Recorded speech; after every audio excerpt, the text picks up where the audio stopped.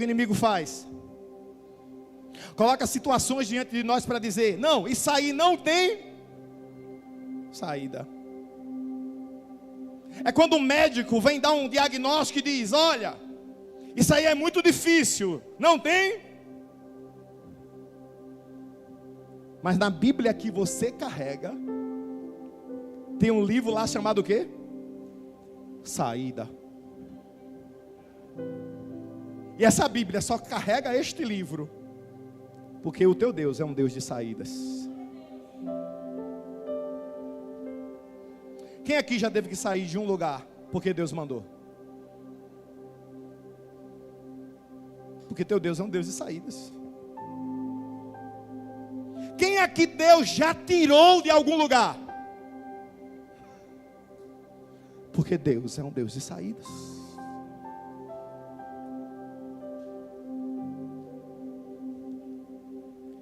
Todas as vezes que eu leio o livro de Êxodo, eu me lembro de momentos da minha vida, da minha história, do que estava acontecendo ao meu redor, que parecia que não tinha mais saída.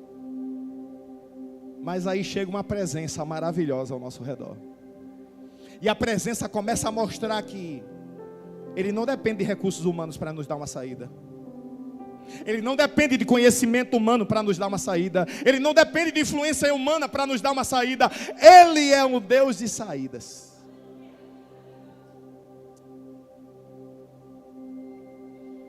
Mas, além de ser um Deus de saída,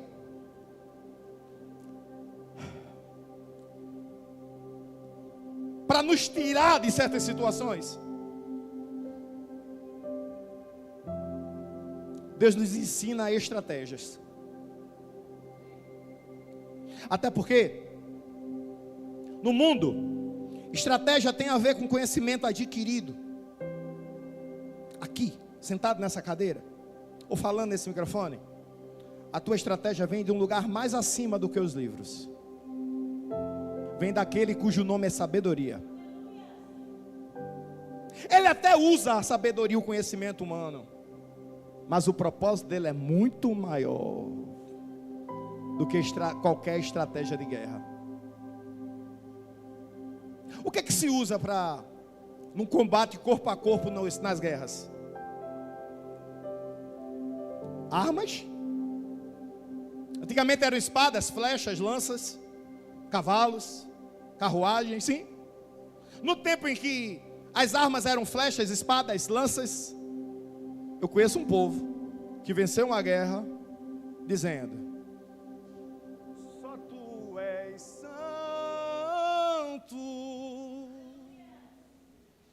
só tu és santo, não há outro como tu, não há outro como tu, não há outro como tu, não há outro como. Aí uma muralha enorme, porque Deus não depende de argumentos, situações, estruturas, estratégias humanas. Quando Ele quer fazer algo na sua vida, a saída vem de uma estratégia dEle. Ele precisa entender um pouco mais sobre isso. Existem duas formas, pelo menos que eu vou pregar nessa noite. Eu não estou limitando a palavra de Deus, mas existem duas formas que eu consigo agora falar um pouco de como Deus tirou pessoas de certas situações. Uma delas, Arthur, é através do milagre. Quando Deus, de forma instantânea, abre uma porta. O povo de Israel estava diante do mar. O que Deus fez? Diante dos olhos do povo de Israel, diante dos olhos do Egito, abriu o mar. Como é o nome disso? Milagre. Então, às vezes, Deus nos tira de certas situações através de milagres. E como é espetacular viver um milagre. E como é espetacular ver Deus, em questão de segundos, mudar histórias, mudar vidas. Eu era totalmente estéril. E um dia eu cheguei na escola dizendo, eu não sei se alguém que está aqui hoje era meu aluno na época. Você era? Você estava lá no dia que eu disse? Você era primeiro ou terceiro ano na época? Terceiro ano. Eu cheguei na sala de aula e disse, eu era estéril, mas o Deus que eu sirvo me fez pai, minha esposa está grávida.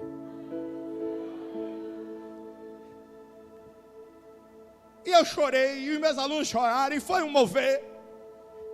E sempre chega alguém e diz assim, ó, o senhor, faz quantos dias que o senhor descobriu que o senhor era estéril? Eu acho que já fazia mais de um ano. Faz mais de um ano. O senhor... Hã? Um ano? Sim. Mas o senhor nunca falou sobre isso. Eu fiz, mas eu falei sim. Com quem? Eu disse.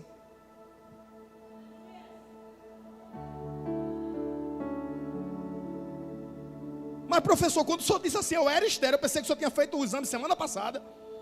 E agora o senhor estava com o exame de gravidez da sua esposa e a gente ia... Faz um ano, eu disse. Meu Deus, que processo, eu disse. Milagre. Porque durante um ano eu chorei, mas eu criei. Durante um ano eu às vezes lamentei, mas eu criei. Eu vou ficar dizendo isso até você entender. Durante mais de um ano, às vezes se levantar pela manhã era tão difícil, porque eu ia lidar com filhos amados, mas que eu não tinha gerado, mas eu criei. Durante um ano, eu sei quantos assuntos eu dou em cada ano na escola. No primeiro ano eu dou 49 assuntos. No segundo ano eu dou 55 assuntos. No terceiro ano eu dou 99 assuntos. Eu sei em que assunto eu estou em cada turma agora. Mas eu não sabia quando meu filho ia chegar. Alguns alunos diziam, eu só dou aula sem olhar um livro. Eu disse, porque faz tanto tempo que eu faço isso, mas dentro de mim eu dizia, mas eu quero a novidade de todo dia, ver o meu filho fazer uma coisa diferente. Mas um belo dia, eu acordei num dia comum, porque Deus gosta de no dia comum mostrar o extraordinário. Em um dos, sei lá, no 20º, 34º assunto que eu tinha para dar naquele ano, eu dei o meu assunto, eu terminei a minha aula, eu saí daquela escola, eu agradeci a Deus, eu entrei no carro. Quando eu entrei no carro, eu vim para casa. Quando eu cheguei em casa, minha esposa estava mal. E quando nós fomos para o hospital, ela estava grávida. Valeu a pena esse um ano. Ou mais de um ano. Porque milagres mudam histórias em questão de segundos. Em questão de segundos eu deixei de ser um homem estéril para ser um pai.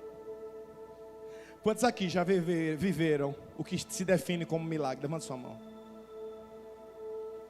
Ah, pastor, eu não consegui levantar a minha mão porque ainda não vivi nada assim. Ei, tua salvação, tu acha que é o quê? Tu está de pé hoje, depois de uma pandemia, tu acha que é o quê? Quantas vezes o inimigo tentou tirar a tua vida e tu está aqui? Tu chama isso de quê? Eu chamo isso de milagre. Quantas pessoas não enfrentaram a metade do que você enfrentou e perderam a sua vida? Você está aqui, você é um. Deus usa milagres. Ele é um Deus de milagres. Nós estamos no ano do milagre na nossa igreja.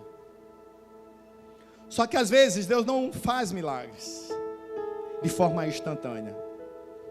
Às vezes Deus faz milagres através dos processos. O processo não é instantâneo, sabe? O processo leva tempo. Porque o que Deus constrói através de um processo é tatuado no coração. Ninguém pode apagar. Tem coisas que Deus fez em você, que se talvez tivesse sido rápido, assim, um milagre rápido, você nem aqui estaria agora. O que é que Deus fez? Um processo. E os processos nos adestram, nos afiam, Os processos nos condicionam, nos fortalecem. Os processos melhoram o que nós somos em Deus. Só quem está enfrentando o processo aqui sabe como é difícil. Mas deixa eu te dizer uma coisa. Se Deus te colocou num processo, é porque o que Ele quer colocar em você, ninguém vai apagar. Valoriza teu processo. Porque não tem ninguém agora estudando para uma prova de cálculo 2 na Universidade Federal de Pernambuco sem ter passado no vestibular. Não tem ninguém agora estudando para uma prova minha daqui a 2 semanas no ensino médio sem ter passado de um ano para outro até chegar no ano que ele está. Você está passando pelo processo porque Deus quer te aprovar e te levar para um lugar mais alto. Deus quer colocar a tua família num lugar maior. Deus quer fazer com que o negócio que você trabalha seja um lugar de adoração. Deus quer transformar a expectativa que está ao teu redor em uma atmosfera de milagre. Eu louvo a Deus pelos milagres que Ele fez na minha vida. Mas como foi extraordinário vencer os meus processos. Tem umas pessoas na Bíblia que parece que eram meio diferenciadas. Quem é que pede prova a Deus, hein? Senhor, me prova, me tenta. Não, o inimigo, né? Deus nos prova, o inimigo nos tenta. Permite que a tentação venha, mas que eu resista. Davi. Se você orou hoje pedindo provações, parabéns. Eu não orei pedindo isso a Deus hoje. Davi orou pedindo o que a Deus? Prova o meu coração, porque ele sabia que nenhuma prova nos deixa no estágio que nós estamos. Meu irmão, quer mudar de estágio? Te prepara para a prova. Ou melhor, você só está passando por prova porque Deus está elevando o teu estágio. É melhor pensar assim, né?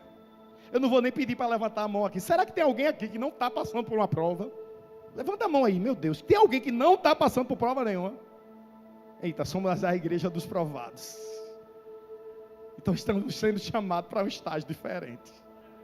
Para um novo momento, para uma nova história. Para algo de novas proporções. Para algo de nova intensidade. Eu pensava que estudar tinha a ver com o ensino médio, até eu chegar na universidade. Quando eu cheguei lá, eu disse, nada que eu estudei se compara ao que eu estou estudando agora. Mudou. O capítulo 1 do versículo, o capítulo 17 do verso 1 do livro, eu digo Êxodo, você diz saída. Do livro de Êxodo, diz assim, capítulo 17, versículo 1.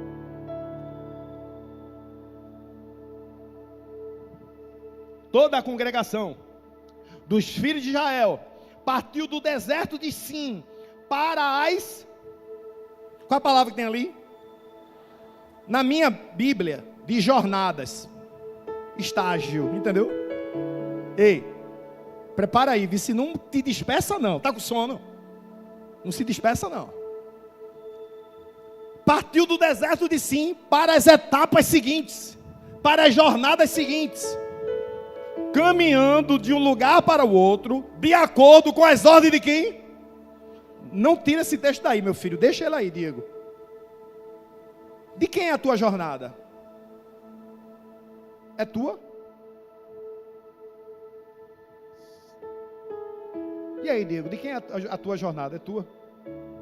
Não? Ei.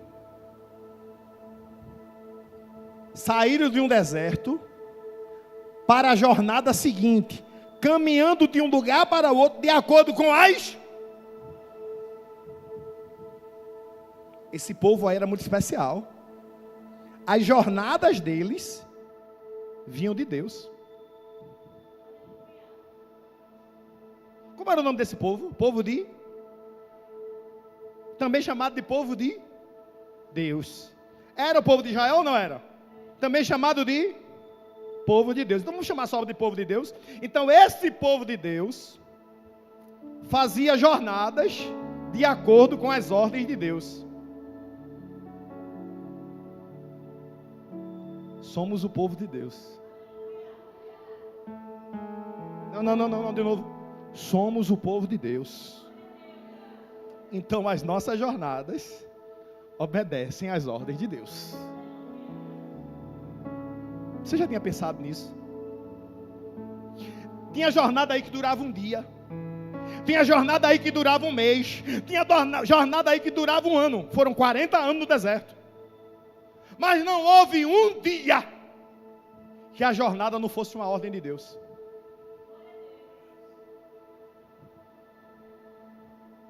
Sabe qual é o problema do que eu estou falando? É você achar que a jornada é sua. Porque na hora que você achar que a jornada é sua, você está sozinho na sua jornada. Na hora que você entende que a jornada é dele, ele prometeu que ele estaria contigo todos os... Então tu está na jornada dele, ao lado dele. Eu não consigo te levar para um lugar que eu nunca fui, sem um GPS. Então para onde Deus está te levando? Ele já foi lá, ele sabe que vai dar certo.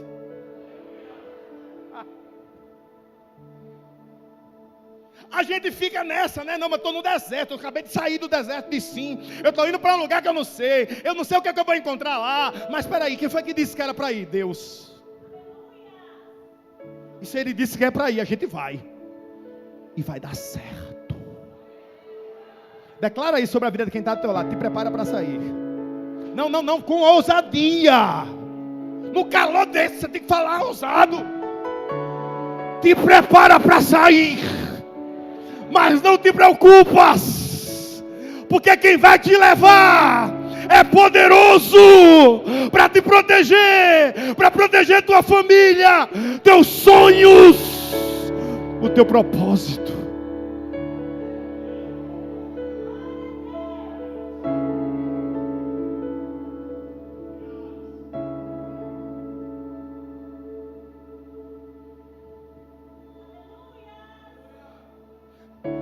Toda jornada com Deus tinha 3 características: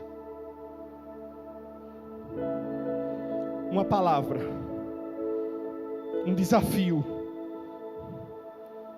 e um ensino, uma revelação. Diga comigo: uma palavra, um desafio e uma revelação. Qual foi a palavra de Deus sobre a vida de Moisés? Moisés perguntou a Deus: olha, quando eu chegar dentro do povo e disser assim, que alguém me enviou, eu vou falar em nome de quem? O Senhor disse: eu sou. Qual foi a palavra que estava sobre a vida de Moisés? Que o eu sou estaria com ele. Então toda a jornada de Moisés começa com uma palavra. Começa com uma. E a gente tem que ter cuidado para que as vozes que estão ao redor não tirem nosso foco da palavra que Ele liberou sobre nós.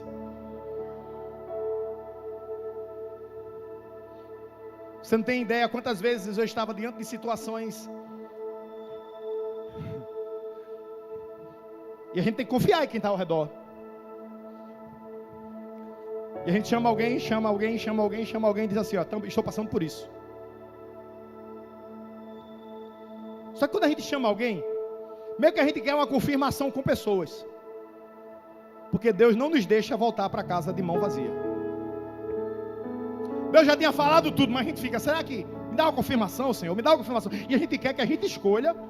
Conosco é assim: a gente escolhe a pessoa e quer que Deus use aquela pessoa. Aí eu chamei 1, chamei 2, chamei 3, disse: ó, estou passando por isso. E no meio daqueles todos, alguém diz assim: vai dar certo. Confia, acredita.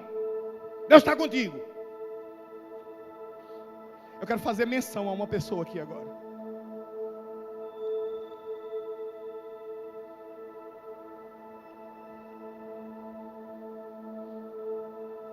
No ano de 2014,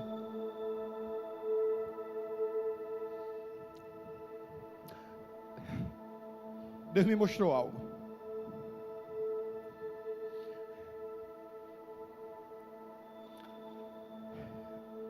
E eu morava em Torres de Galvão. E me convidaram para uma reunião de pastores. E eu fui. E quando eu fui para essa reunião de pastores, tinha alguns pastores ali. E esses pastores, um deles chegou para mim ousado, o pastor João da Cruz. Igreja Batista de Maranguape. Saudoso pastor João da Cruz. Ele olhou para mim e disse: eu queria comer na tua casa. Vai ser uma honra recebê-lo. Outro pastor disse: eu quero comer na tua casa também. Isso vai ser uma honra recebê-lo. Pastor Edilson, da Igreja Novo Tempo. Pastor Wallace, da Presbiteriana, disse que ia e não foi. Está me devendo até hoje isso. E a gente preparou um jantar lá em casa. E minha esposa disse: tu vai receber pessoas aqui? Eu disse: vou.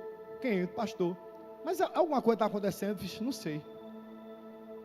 Mas o que foi que aconteceu? Ele disse: ele queria comer aqui em casa. Eu disse: venha. A gente vai comer com ele. Eu disse: amém.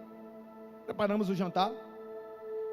E ele sentou assim. Lucas era 1 ano de idade. E aí eu preparei a mesa, botei os copos, o prato no lugar. E daqui a pouco esse pastor olha para mim e diz assim: eu estou sentando numa mesa que vai crescer. Eu fiz: eu creio, pastor. Mas a porta está aberta para o senhor e para sua família. Ele disse: a sua mesa tem que ser grande assim, pastor. Porque muita gente vai sentar e vai comer com o senhor. Esses pastores que vieram aqui, vieram para abençoar uma mesa que vai crescer. E na hora, foi um mover de Deus, sabe? Algo, quando terminou aquilo, eu quase que não durmo naquela noite. Porque eu fiquei pensando, disse: Senhor, é na igreja que eu estou, eu preciso melhorar em quê? Eu preciso olhar o quê? Porque eu era co-pastor e meu desejo era ajudar o pastor, só. Naquela semana eu fui para um culto, alguém pegou na minha mão e disse: você está querendo ouvir vozes que não é a voz de Deus. Eu fiz: me explique melhor. Fiz: você está gerando vozes na sua cabeça. O que Deus falou é claro, é a sua mesa que vai crescer. Não coloque força naquilo que Deus não te chamou para viver. É a sua mesa. Em 2017, 3 anos depois, eu me tornei pastor da Cristal Tema. A nossa igreja começou com 15 pessoas. Quando nós chegamos, saiu 5, ficou 10. Eu não sei quantas pessoas estão aqui nesse culto, nessa noite.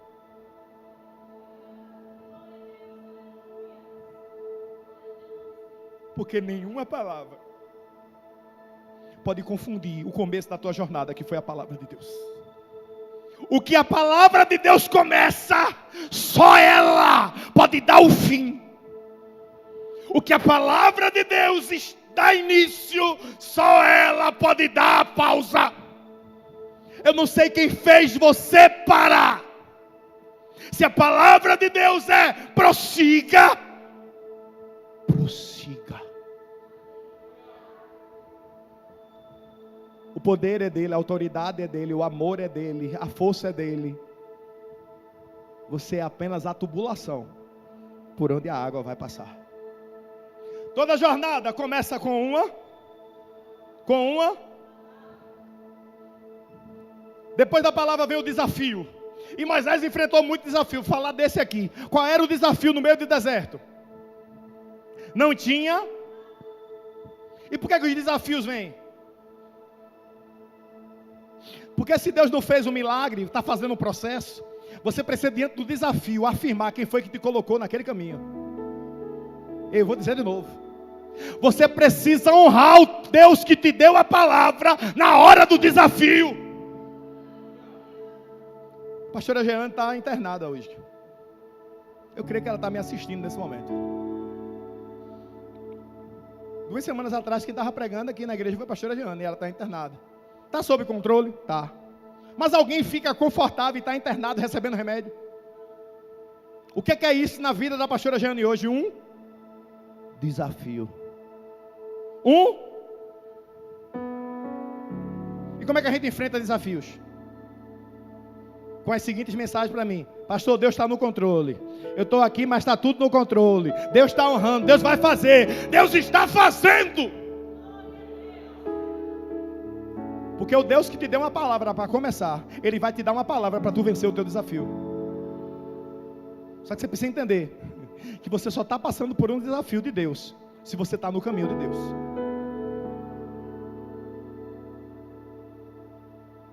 Se você está no caminho do Senhor, vai brotar água no meio do deserto, amém? Mas se o deserto é uma escolha sua, você tem que voltar e sair desse deserto. Porque tem processos que não foi Deus, foi você. E quando você reconhece que foi você, você precisa olhar para alguém que está com os braços abertos, dizendo: vem para mim, vem para mim, vem para mim, vem para mim, vem para mim, sai daí, vem para mim, porque o teu processo comigo é diferente, eu vou contigo. Não é vergonhoso estar vivendo um processo fora de Deus. Vergonhoso é não voltar para Ele. Porque é o pecado, é a falha, é a negligência que nos faz viver processos longe de Deus. Mas permanecer nisso, você é filho, você é filha. Tem um lugar na mesa preparado para você. Tem um copo, e o copo não está vazio.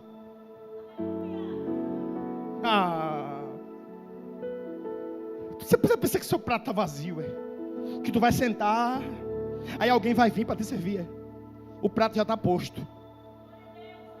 Já tem a tua porção, já tem o teu copo para tu beber, já tem o garfo, colher, faca, está tudo aqui, ó. Só está faltando você sentar.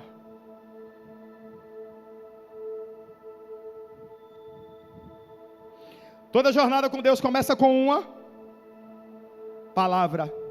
Depois da palavra vem um desafio. E depois do desafio, o que é que vem? Um ensino, uma revelação. Eu não gostaria, mas estou perto de terminar. Eu não vou me estender, não. Vamos entender a revelação aqui? Toda a congregação dos filhos de Israel, li do verso 1 ao 7, só estou pregando do verso 1. Toda a congregação dos filhos de Israel partiu de onde? De sim, para as jornadas seguintes, caminhando de um lugar para o outro, de acordo com as ordens do Senhor, de acordo com as... E acamparam em Refidim, porém lá não havia água para beber. O desafio é porque não tinha água. Versículo 2. O povo se desentendeu com Moisés e disse: dai-nos água.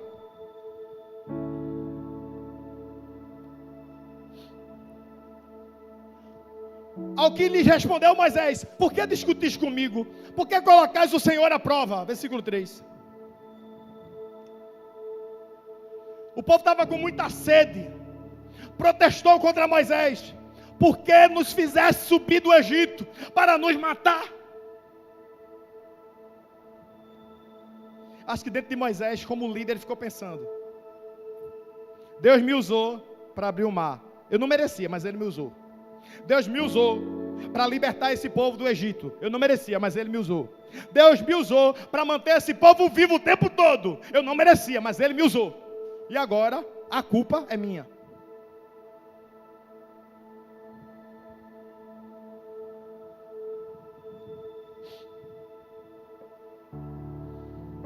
Foram para Moisés, porque Moisés era íntimo de Deus.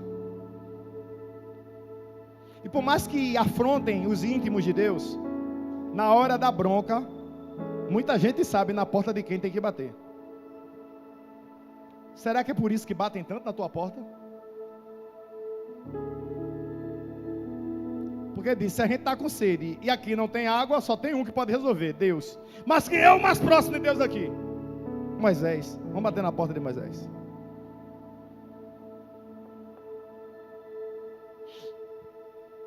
Aí o que Moisés faz? Versículo 4. Quem foi que trouxe Moisés até aquele momento da vida dele? Através de uma palavra.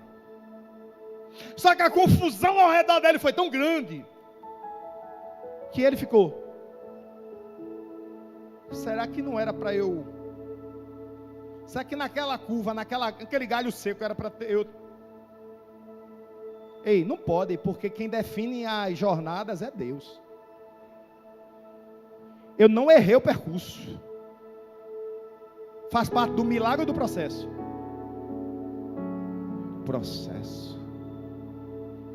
Aí Moisés vai até Deus e diz assim: que farei com esse povo, meu Deus? Já eles vão me matar. Moisés era verdadeiro, não adiantava mentir, não adiantava chegar dizendo: está tudo certo aqui, viu, Senhor? Ele sabia como é que o povo tinha falado com ele. Tem aconselhamentos, tem conversas, que a gente fica tão triste, machucado. Mas o sorriso é assim, ó. E agora eu tenho mais motivo para sorrir, né? Sorriso é assim, ó. A lágrima querendo descer. Fica tranquilo, fica tranquilo. Quando chegar a gente vai chorar. Porque maior é a palavra que está sobre nós. Não é? Maior é a palavra que está sobre nós. Eu me lembrei de uma coisa, agora eu vou dizer, não vou deixar de dizer isso hoje. Você já foi viciado em alguma coisa? Eu já. Eu fui viciado numa droga. Misericórdia, foi. Acho que eu tinha uns 10 anos de idade. E a minha traficante morava bem pertinho de casa. Era sério. Você está rindo porque você não... E toda droga você tem que arrumar dinheiro para pagar, né? Não tem que arrumar dinheiro. Eu ia na carteira de pai. Pegava as moedinhas ali, ó, para alimentar meu vício. Aí tem aquelas cédulas pequenas, né? Cruzeiro. Acho que 100 cruzeiros era R$1, né? Não era um negócio assim? Acho que sim. Aí eu pegava, quando tinha uma cédula pequena, eu via se tinha mais. Se tivesse muitas, não, eu não tirava, mas tivesse uma pequenininha, no meio de muitas, não vai sentir falta dessa aqui, né? 100 cruzeiros. Ia alimentar meu vício. Que vício era esse, pastor? Ovinho de amendoim colorido. Especialmente o vermelho, eu era viciado naquele negócio. Era bem baratinho, mas com 100 cruzeiros o cara comprava um saquinho assim, ó. E eu, ladrão, porque eu estava roubando do meu pai, né? Ia lá, pegava a moedinha, ó, 100 cruzeiros, ouvindo. O nome da minha traficante era Irmã Geralda. Cadê Erlânio? Erlânio. Irmã Geralda era minha traficante. Irmã Geralda desse tamanho assim. Uma bênção ela. Glória a Deus pela vida da Irmã Geralda. Aí Deus começou a tratar isso comigo, sabe? Eu tinha 10 anos de idade, só com 11 anos eu tive um encontro com Jesus. Mas eu continuei ladrão dos centavinhos do meu pai, dos cruzeirinhos do meu pai. Aí um belo dia, eu pedia, entendeu? Ele não dava, eu pegava. Como é o nome disso? Roubo. Aí um dia, eu lendo a Bíblia, ó. Quer ser confrontado? Leia o quê? É por isso que tem igreja que não lê mais a Bíblia.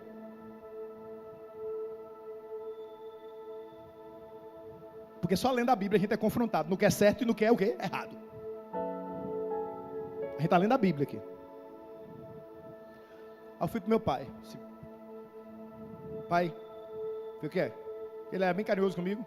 Pai, o que é? Olha aí. Tinha uns dinheirinhos assim, bem miudinho na sua carteira, eu peguei. Fez sem pedir. Esse foi. Você não tem vergonha na cara, não, eu? Tenho, por isso que eu estou dizendo. Eu esperei o tabefe, né? Não pegue mais não, viu? Sim, senhor.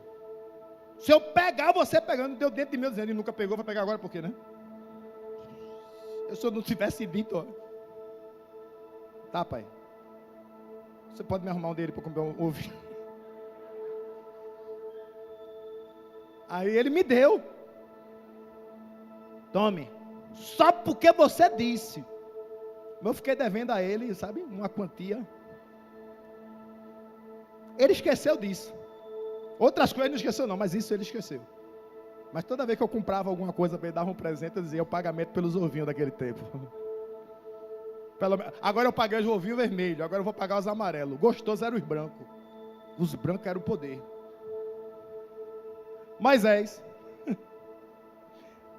disse assim a Deus: eu era nada,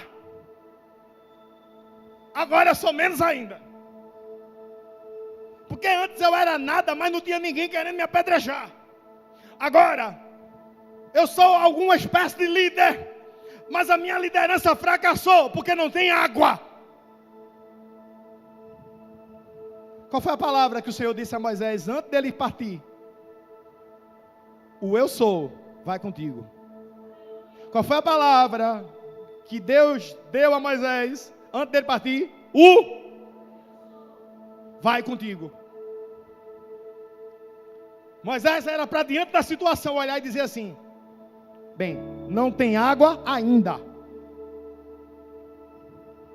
não tem recurso ainda, não tem remédio ainda, não voltou para casa ainda, não passou no concurso ainda, não passou no vestibular ainda, não saiu a documentação ainda.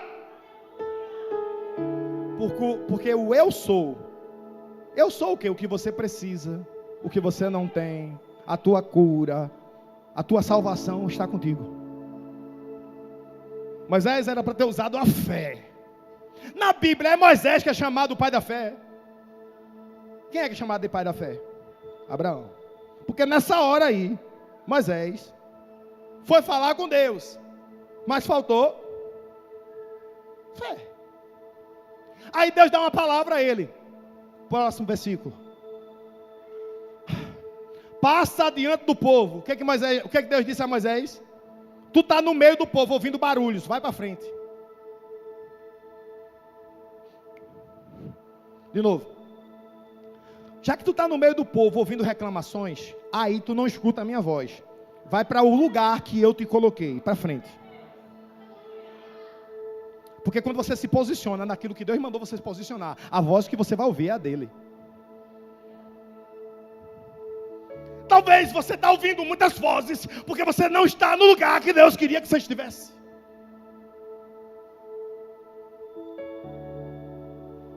Pare de ouvir as vozes ao redor e se posicione.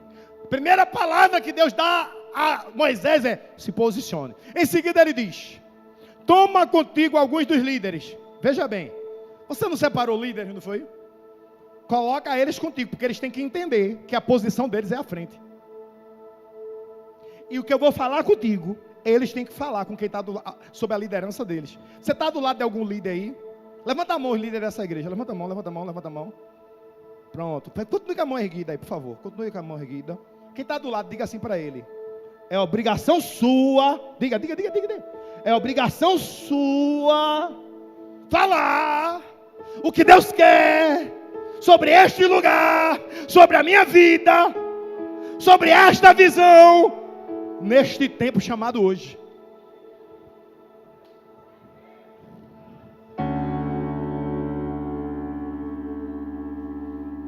Deus começa fazendo uma coisa que é posicionar. Porque não tem nada pior do que um líder não posicionado. Já pensou você entrar amanhã pela manhã, no Igaraçu, cidade de Tabajara? Ainda existe esse ônibus? E sentar e dizer assim, ó, perguntar ao motorista: esse ônibus para onde? Se eu não sei nem para onde é que ele vai. Eu já entrei no ônibus que o motorista se perdeu. No dia do meu vestibular. Aquele incrédulo errou o caminho. Eu disse: meu Deus, 4 da manhã, meu Deus. O vestibular era de 8, veja que drama. 4 da manhã ele: eita, errei o caminho. Eu disse: meu Deus, vamos me atrasar. 4 da manhã.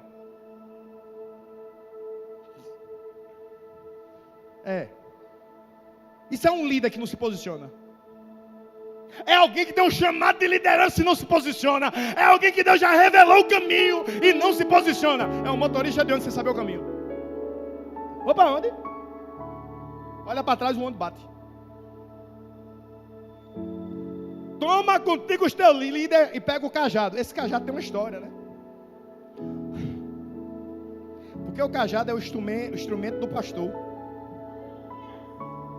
Porque o cajado é como o pastor exerce sua função.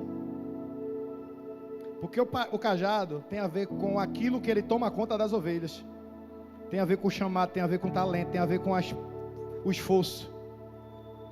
Porque a ovelha reconhece a voz do seu, e o cajado representa o quanto que ele está presente para cuidar. Não existe liderança sem presença. Os pastores dessa igreja estão aqui em todos os cultos. Talvez eu não consiga falar com todo mundo aqui hoje, mas se você quiser, esse dia a gente conversa. Porque Jesus me ensinou que a liderança dele toma conta dos pequenos.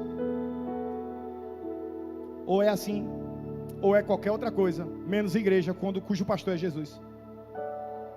Presta atenção. Manda os líderes para frente, pega teu cajado, que feriste o rio Nilo, e vai. Versículo 6, eu vou terminar.